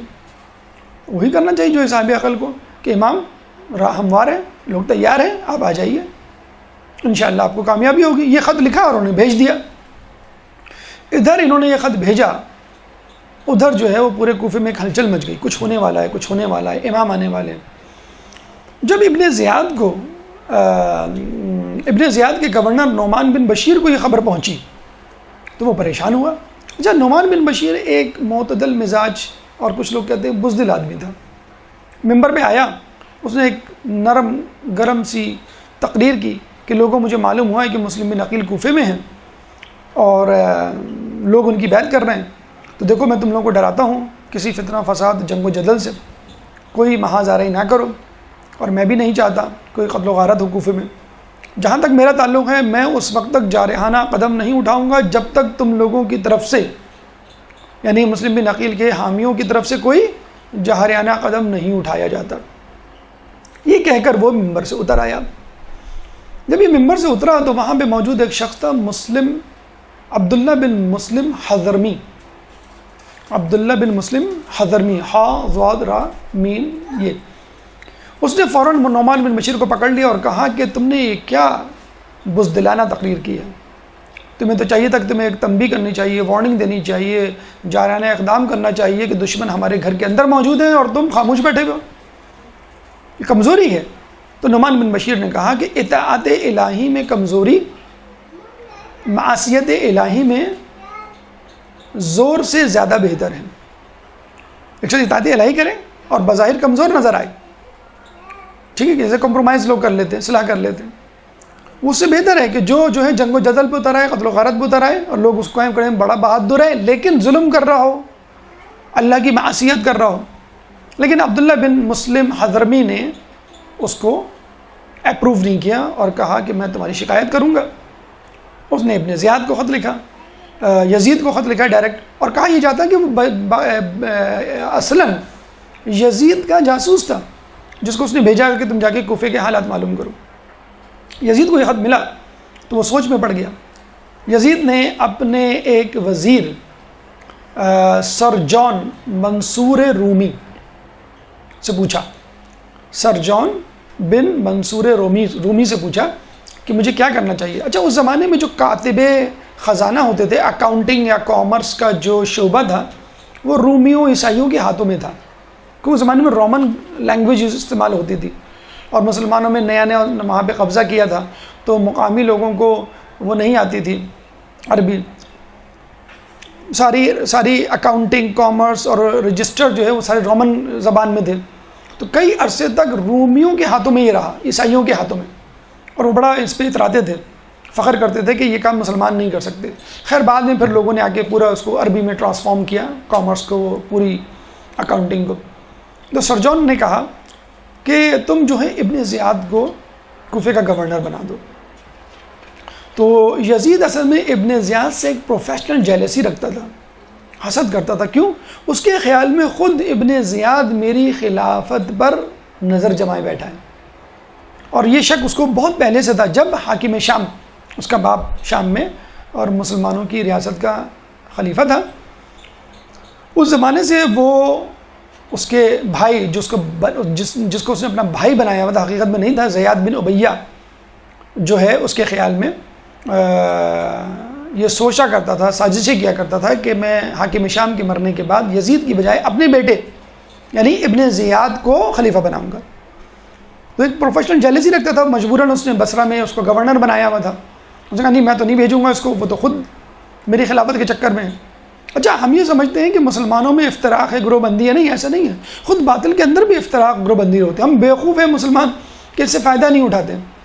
کیا یہ پروٹیسٹنٹ اور کیتھولک کرسچنز نہیں ہیں شیعہ سنی کی طرح؟ یہ بھی تو شیعہ سنی ہیں، طرح پروٹیسٹنٹ شیعوں کی طرح، کیتھولک سنیوں کی طرح، تو ہم اس سے کیوں نہیں فائدہ اٹھاتے؟ خود ہم آپس میں لڑ رہے ہیں، اور عیسائیوں کے درمیان گروہ بندی جو ہے خود روایتوں میں آیا ہے کہ یہودیوں کے 71 فرقے ہوں گے، عیسائیوں کے 72 فرقے ہوں گے، مسلمانوں میں 73 فرقے ہوں گے۔ تو ان فرقوں کو ہم کیوں نہیں لڑواتے؟ ہمیں اپنے آپ سے اپنے گروہ میں جو ہے لڑنے سے فرصت نہیں ہے۔ تو اس نے کہا ابن زیاد کو، تو ابن زیاد نے اس نے کہا نہیں، آپ کے باپ نے یہ پہلے ہی فیصلہ کر لیا تھا کہ اس کو خلیفہ ہونا چاہیے، گورنر ہونا چاہیے کوفے کا۔ کہنے لگے کیسے؟ کہنے میرے پاس تحریر موجود ہے، اس نے تحریر نکال لی تو اس میں لکھا ہوا تھا۔ تو اس نے کہا تمہارے پاس یہ تحریر کیسے آئی؟ کہنے لگے آپ کے باپ نے مرنے سے پہلے یہ فیصلہ کیا تھا، لیکن موت کے سبب، انتقال ہونے کے سبب وہ اس فیصلے پہ عمل درآمد نہیں کر پائے۔ تو اس نے پھر گھٹنے ٹیک دیے اور یزید ابن زیاد کو خط لکھا۔ کیا خط لکھا؟ کہ تمہیں ایک اہم عہدہ، ایک اہم کام دیا جا رہا ہے، اگر چاہو تو شرافت حاصل کر لو، ورنہ غلام کے غلام رہو۔ اس زمانے میں ولد الزنا لوگوں کو غلام کہا جاتا تھا، کیونکہ زیاد بن امیہ ولد الزنا تھا، اس کا بیٹا ابن زیاد، تو وہ غلامی تے رہے۔ تو بلکہ مسئلہ اس نے مجہول النسب ہونے کا ایک طعنہ بھی دے دیا کہ تم اس قابل نہیں ہو، لیکن میں تمہیں شرافت میں تمہیں دے رہا ہوں۔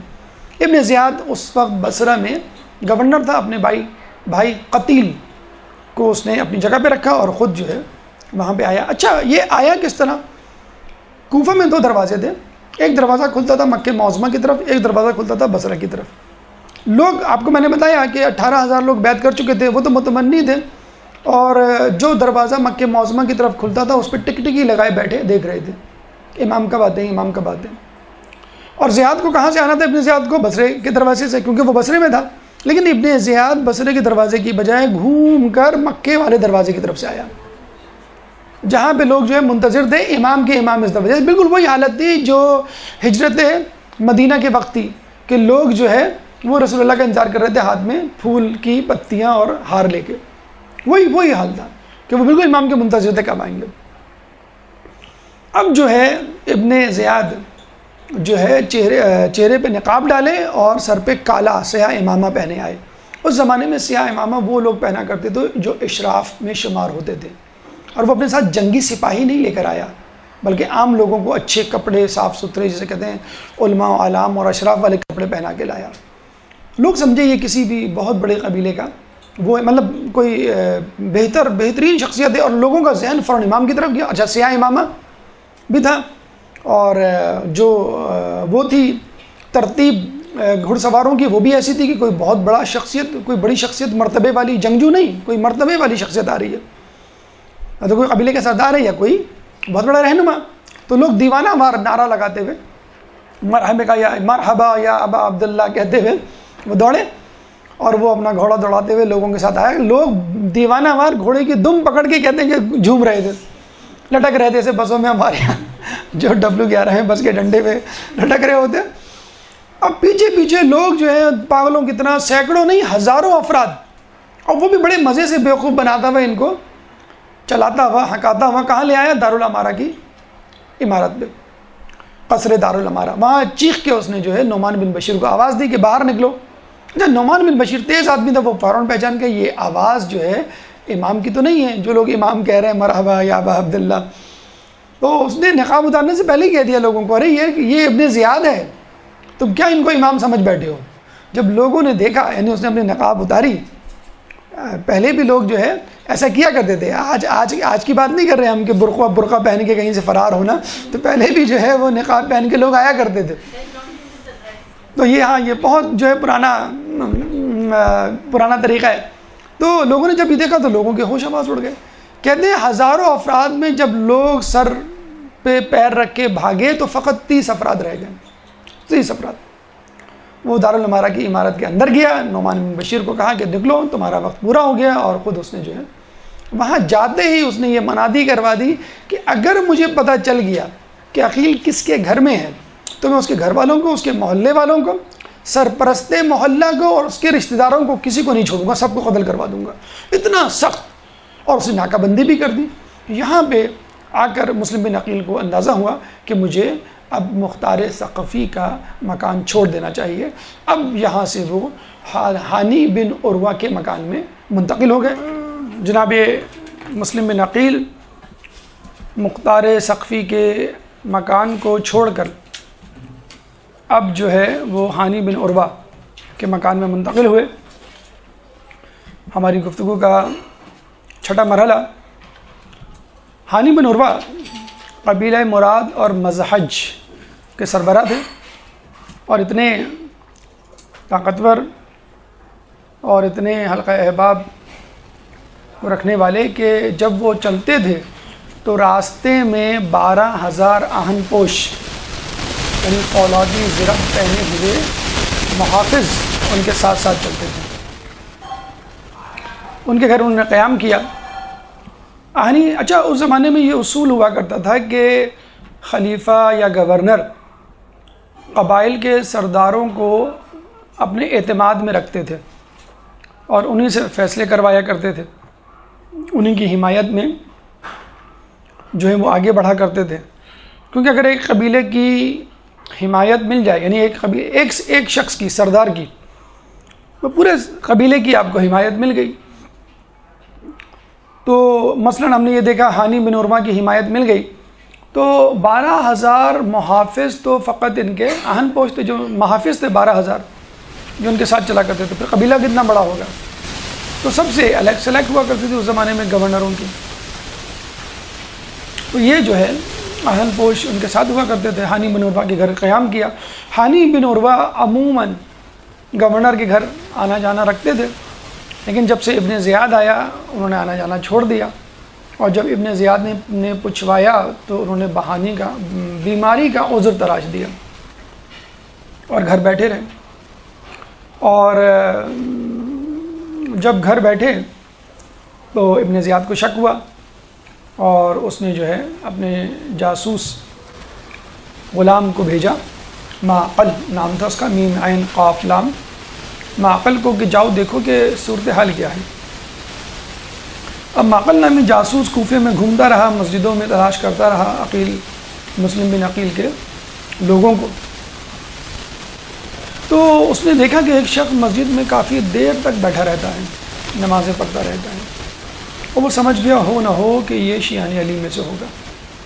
اب دیکھیے پرانے زمانے میں لوگ کیسے پہچانتے تھے، جو مسجد میں زیادہ بیٹھے عبادت کرے وہ شیعان علی میں سے ہوگا. اور آج کل کیسے پہچانتے ہیں؟ کالے کپڑوں سے پہچانتے ہیں، علم سے پہچانتے ہیں، انگوٹھی سے پہچانتے ہیں، بندے سے پہچانتے ہیں، وغیرہ وغیرہ.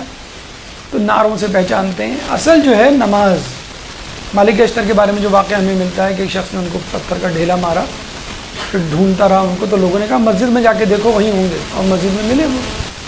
تو شیعان علی کی یہ پہچان ہوا کرتی تھی کہ مسجد میں زیادہ سے زیادہ قیام کرتے اور طویل رکوع و سجود اور نماز میں مصروف رہتے. تو معقل جو بھیس بدل کے آیا تھا اور اپنے آپ کو لوگوں میں شامی ظاہر کیا کرتا تھا، اس نے مسلم بن اوسجہ کو دیکھا تو کہا کہ ہو نہ ہو مجھے آپ مذہب اہل بیت سے تعلق رکھنے والے فرد لگتے ہیں. میں نے سنا ہے کہ یہاں پہ مسلم بن عقیل آئے ہوئے ہیں. اور میں بھی مسلم بن عقیل اور امام حسین کا ماننے والا ہوں، میں چاہتا ہوں کہ ان کے ہاتھوں پر بیعت کروں، آپ کسی طرح میری ان تک رسائی کروا دیں، اور یہ 3000 درہم لایا ہوں، میں چاہتا ہوں کہ وہ اپنی مہم میں صرف کریں جو انہوں نے شروع کی ہے خلیفہ وقت کے خلاف۔ مسلم بن اوسجہ جو ہے وہ بہت خوش ہوئے کہ چلو ایک اپنے ہم خیال ہم عقیدہ شخص سے ملاقات ہوئی۔ انہوں نے کہا کہ ٹھیک ہے، میں تمہیں لے جاؤں گا امام کے پاس، لیکن کل، آج میں امام سے اجازت لے کر آؤں گا اور کل لے جاؤں گا، اور دیکھو کسی کو بتانا مت۔ اب وہ نہیں سمجھے تھے کہ یہ جو ہے جاسوس ہے ابن زیاد کا۔ وہ گھر گئے، امام سے کہا، وہ مسلم بن عقیل سے کہا، مسلم بن عقیل نے کہا ٹھیک ہے آپ ان کو لے آئیں۔ وہ لے کر آئے اور معقل جو ہے وہ ان سے ملا اور بہت ہی جسے کہتے ہیں کہ اپنی عقیدت کا اظہار کیا اور کہا کہ یہ 3000 درہم ہے جو میں آپ کو دینا چاہتا ہوں اور آپ کے ہاتھ پہ بیعت کرنا چاہتا ہوں اور امام کا خیر خواہ ہوں اور ان کے لیے لڑنا اور مرنا چاہتا ہوں۔ اب وہ روزانہ آ جایا کرتا سب سے پہلے مسلم بن عقیل کے پاس حانی بن عروہ کے مکان میں، اور وہاں پہ لوگوں کا تانتا بندھا ہوا تھا، لوگ آتے جاتے اور بیعت کرتے رہتے، اور وہ لوگوں کو پہچانتا رہتا، یوں سمجھ لیں وہ اٹینڈنس رجسٹر لے کے بیٹھا ہوا تھا، ہر ایک کی اٹینڈنس لگاتا رہتا۔ تو معقل جو ہے وہ سبوں کو پہچانتا رہا، شکلوں کو دیکھتا رہا، لوگوں کو نوٹ کرتا رہا کون آ رہا ہے کون جا رہا ہے۔ اس زمانے میں مسلم بن اوسجہ کی جو ہے وہ ذمہ داری تھی کہ وہ لوگوں کو بلائیں، لے کر آئیں، بیعت کروائیں، اور ابو ثمامہ ساعدی کی ذمہ داری تھی کہ وہ اسلحہ وغیرہ سرمایہ وغیرہ فراہم کریں۔ تو اس نے تمام لوگوں کو نوٹ کر لیا، کون لوگ ان کے پاس آ رہے ہیں، کون اونچے عہدے پر ہیں، کس کا کیا کام ہے، کس کے ذمے کیا چیز لگائی گئی ہے۔ کچھ دنوں رہنے کے بعد وہ دوبارہ چلا گیا، کہاں؟ ابن زیاد کے پاس۔ اب ابن زیاد نے حانی بن عروہ کو سختی سے بلایا اور کہا کہ ہر صورت میں میرے پاس حاضری دو، میرے پاس آؤ۔ حانی بن عروہ ان کو وہم و گمان میں بھی نہیں تھا، کیونکہ انہوں نے بہت زیادہ رازداری سے کام لیا تھا، حتیٰ کہ جو 12000 ان کے آہن پوش باڈی گارڈز تھے، محافظ، ان کو بھی نہیں بتلایا تھا کہ میرے گھر میں کون بیٹھا ہوا ہے۔ تو وہ بالکل بے فکر تھے، بہت یقین کی کیفیت میں ابن زیاد کے پاس گئے کہ اس کو معلوم ہی نہیں ہوگا کہ میرے گھر میں مسلم بن عقیل بیٹھے ہوئے۔ تو اتفاق دیکھیے، اس نے حانی بن عروہ نے اس دن ان 12000 محافظین کو اپنے ساتھ لے جانا مناسب نہ سمجھا کہ میں اکیلے چلا جاتا ہوں، کوئی ایسی ڈر کی بات نہیں۔ جب وہاں گیا تو اس کی تیوری بدلے ہوئے تھے۔ اس نے عربی میں ایک شعر پڑھا جس کا ترجمہ تھا کہ آج شکار خود جو ہے چل کر شکاری کے پاس آ گیا۔ وہ پریشان کریں گے تم نے یہ شعر کیوں پڑھا؟ کہ اس لیے پڑھا کہ تم جو ہو مجھے شکار کرنے کے چکر میں ہو، اور آج میں تمہیں شکار کروں گا۔ تم نے مسلم بن عقیل کو پناہ دی بھی ہے اور میرے خلاف بیعت لے رہے ہو لوگوں سے۔ وہ پریشان ہوا کہ اس کو کیسے پتہ، لیکن وہ انکار کرتے رہے۔ پھر ابن زیاد نے اپنے جاسوس غلام معقل، جو کہ حانی بن عروہ کے گھر میں بیٹھا رہا کرتا تھا کافی عرصے، بلایا۔ جب معقل کو دیکھا تو حانی بن عروہ سمجھ گئے کہ اب بھانڈا پھوٹ چکا ہے۔ تو حانی بن عروہ نے کہا کہ ٹھیک ہے، اگر تمہیں پتہ چلی گیا ہے تو اصل بات سن لو کہ مسلم بن عقیل میرے گھر خود آئے تھے، اور کسی مہمان کو اس طرح واپس کرنا مناسب نہیں، اور وہ میرے مہمان ہیں۔ ٹھیک ہے، تم مجھے اجازت دو، میں گھر جاتا ہوں اور ان کو اپنے گھر سے رخصت کر دیتا ہوں۔ پھر اس کے بعد جب چاہیں جہاں چاہیں وہ جائیں، جہاں چاہیں وہ جائیں، اور تم ان پہ غلبہ پا لینا۔ تو ابن زیاد نے کہا نہیں، میں اتنا بیوقوف نہیں ہوں، میں تمہیں نہیں جانے دوں گا جب تک تم مسلم بن عقیل کو میرے حوالے نہیں کرتے۔ چنانچہ حانی بن عروہ جو ہے وہ بھی اپنی بات پہ قائم رہے، کیونکہ عرب میں یہ ایک طریقہ ہے پرانا، اسلام سے پہلے کا، کہ مہمان وہ کبھی حوالے نہیں کرتے، اگر کوئی مجرم ہی کیوں نہ ہو، جب تک مہمان ان کے گھر کی حدود سے باہر نہیں چلا جاتا، مہمان نہیں رہتا۔ چنانچہ انہوں نے بھی انکار کیا، تو ذرا سخت لہجے پہ اتر آیا، اس نے کہا کہ میں تمہیں جو ہوں قتل کروا دوں گا۔ تو حانی بن عروہ نے بھی کہا کہ تم کیا سمجھتے ہو کہ میں ایسے بیٹھا رہوں گا؟ میرے پاس 12000 اہن پوش ہیں جو تمہاری دارالامارہ کی اینٹ سے اینٹ بجا دیں گے۔ ابن زیاد نے کہا کہ تم مجھے دھمکی دے رہے ہو، اور یہ کہہ کر اس نے چھڑی جو ہے وہ زور سے ان کے چہرے پہ ماری، تو ان کے چہرے سے جو ہے خون جاری ہو گیا اور ہونٹ پھٹ گئے۔ تلوار نکال کے انہوں نے ابن زیاد کو مارنی چاہی لیکن ناکام رہے.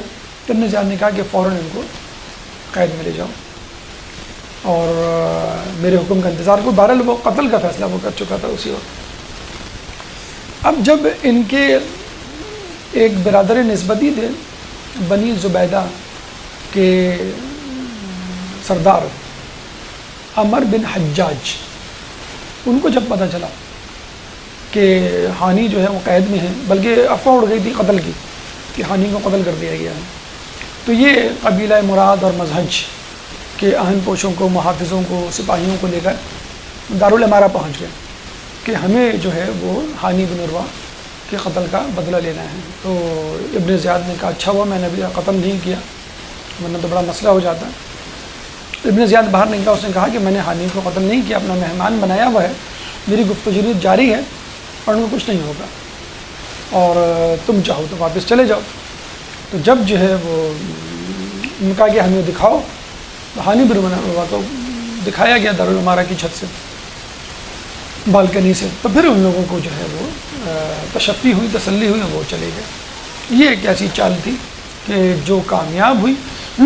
اس وقت جو ہے بہت کچھ ہو سکتا تھا، ہانی بن عروہ جو ہے وہ رہائی پا سکتے تھے، لیکن انہوں نے کہا کہ ٹھیک ہے ان کے مہمان ہیں، یہ واپس کر دیں گے اور ہم چلے جاتے ہیں. اس کے بعد ہانی بن عروہ کو شہید کر دیا گیا. جب یہ خبر ہانی بن عروہ کے گھر پہنچی تو وہاں پہ جو واویلا مچ گیا اور ماتم قدا بن گیا ان کا گھر، عورتیں بین کرنے لگی. تو پھر مسلم بن عقیل کو یہ اندازہ ہوا کہ اب جو ہے ہانی بن عروہ کا گھر بھی رہنے کے قابل نہیں، اب مجھے یہاں سے چلنا چاہیے. یہاں سے مسلم بن عقیل اپنے اس سفر پہ روانہ ہوئے جو کہ شہادت کا سفر تھا، جس کی منزل جو ہے وہ شہادت تھی. ہماری گفتگو کا 7واں مرحلہ کوفیوں کی بے وفائی. ایک درود پڑھ دیں محمد والے محمد.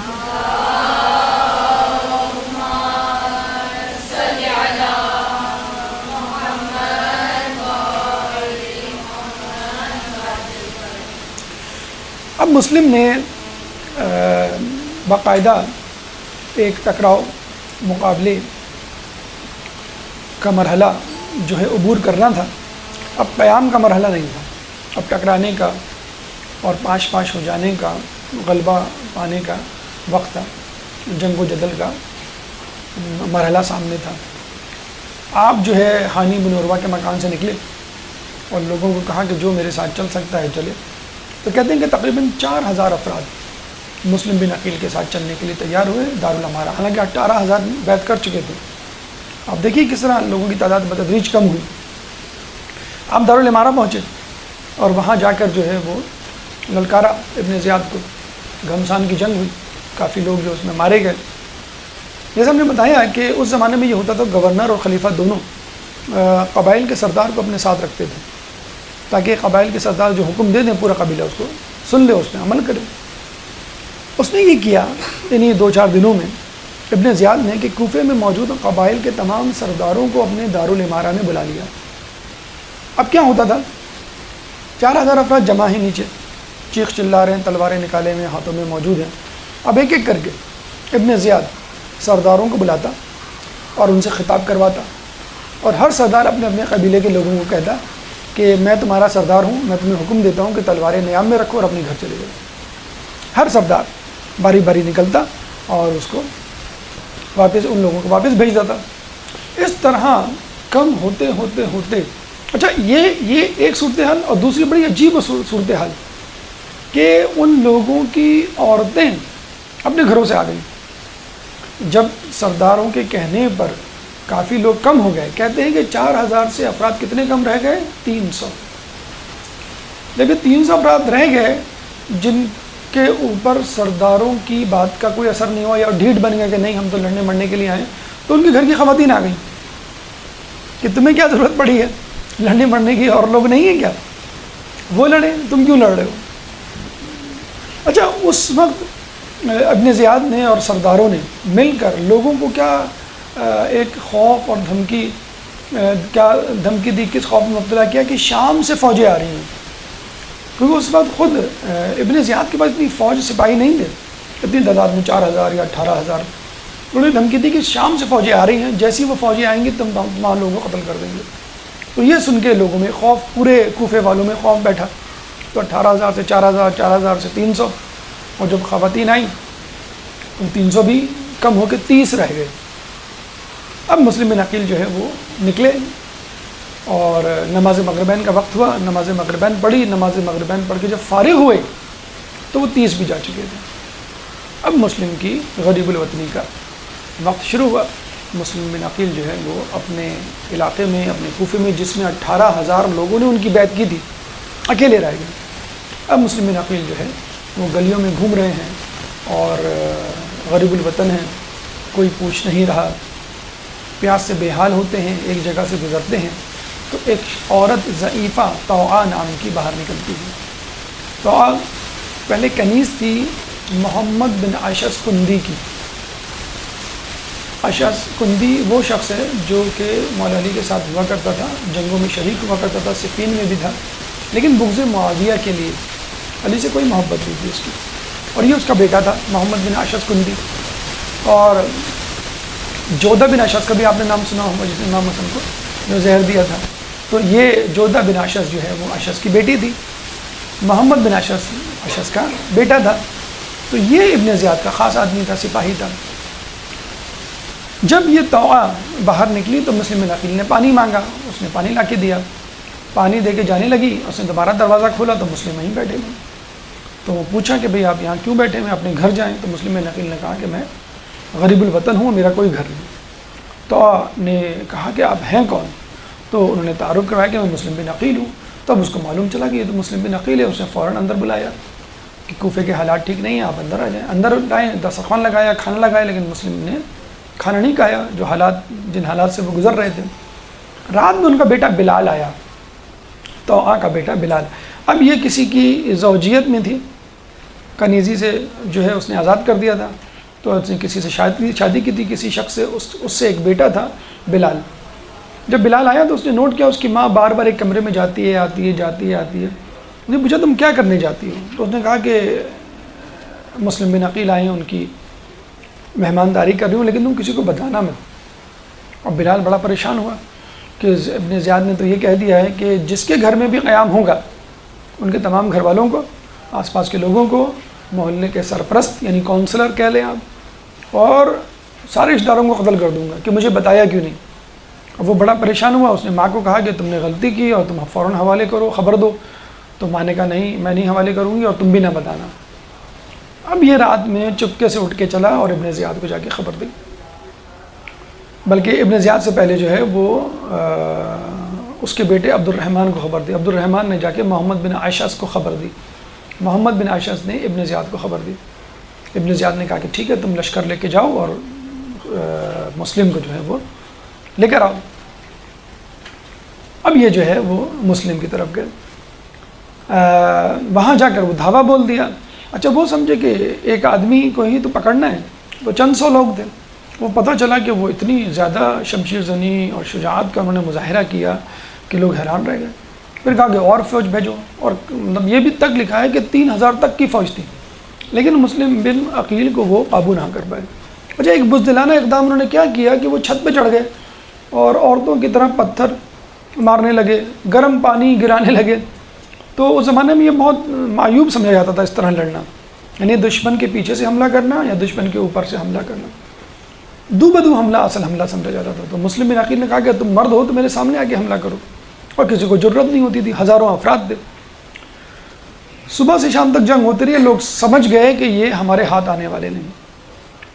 کہتے ہیں کہ ابن زیاد نے باقاعدہ کہلوایا کہ تم لوگ کیا کر رہے ہو، میں نے ایک آدمی کو پکڑنے کے لیے کہا ہے۔ تو محمد بن اشعث نے اس کو جواب بھجوایا کہ تم نے کسی بنیے کو پکڑنے کے لیے نہیں بھیجا ہے، یہ بنی ہاشم کا شجی نوجوان ہے کہ جس کو تمہیں پکڑنے کے لیے، تم نے ہمیں پکڑنے کے لیے بھیجا ہے۔ پوری فوج بھی آ جاتے اس کو قابو نہیں کر سکتے۔ اس نے کہا کہ بھائی کوئی ہیلا بہانہ کرو۔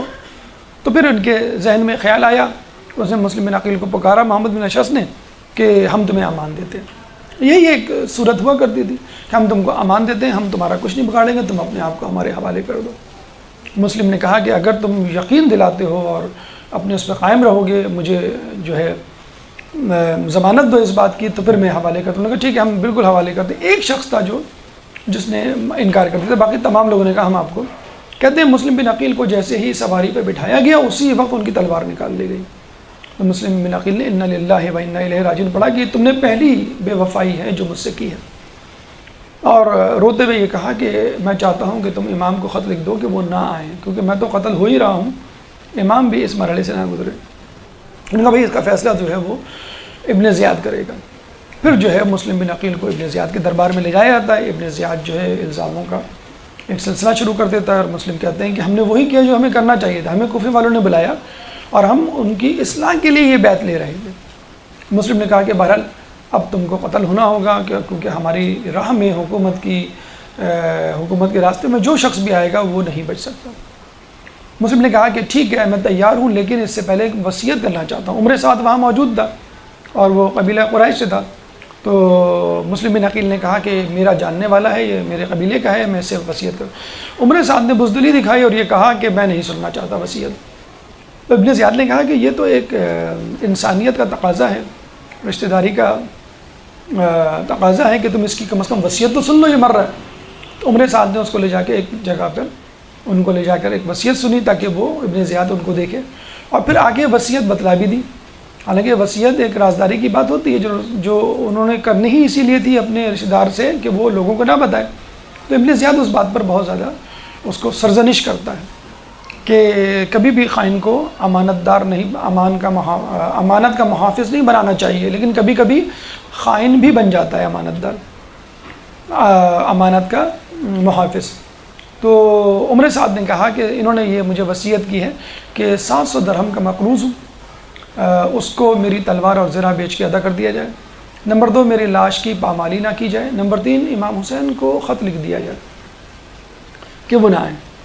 تو اس نے کہا ابن زیاد نے کہ میں 700 درہم کا قرض تو ادا کر دوں گا, لیکن یہ جو تم نے کہا کہ لاش کی پامالی, تو یہ میں اس کی گواہی وہ ضمانت نہیں دیتا کیونکہ تم ہماری راہ میں رکاوٹ بنے ہو, ہماری حکومت کی راہ میں, اس کی حرمت کی میں ضمانت نہیں لیتا. اور جہاں تک امام حسین کا تعلق ہے, اگر وہ ہمارے راستے میں آئے ان کے ساتھ ہم یہی کریں گے جو تمہارے ساتھ کیا. اگر ہمارے راستے میں نہیں آئے, کوفے نہیں آئے, تو پھر ہمارا ان سے کوئی واسطہ نہیں. اور پھر جو مسلم بن عقیل کو دارالامارہ کی چھت پہ جا کر سر قلم کر کے گرا دیا گیا اور ان کے سر کو یزید کے دربار میں لے جایا گیا.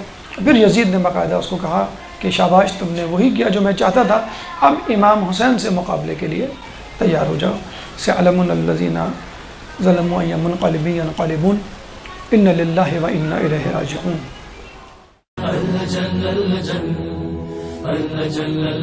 يا مولا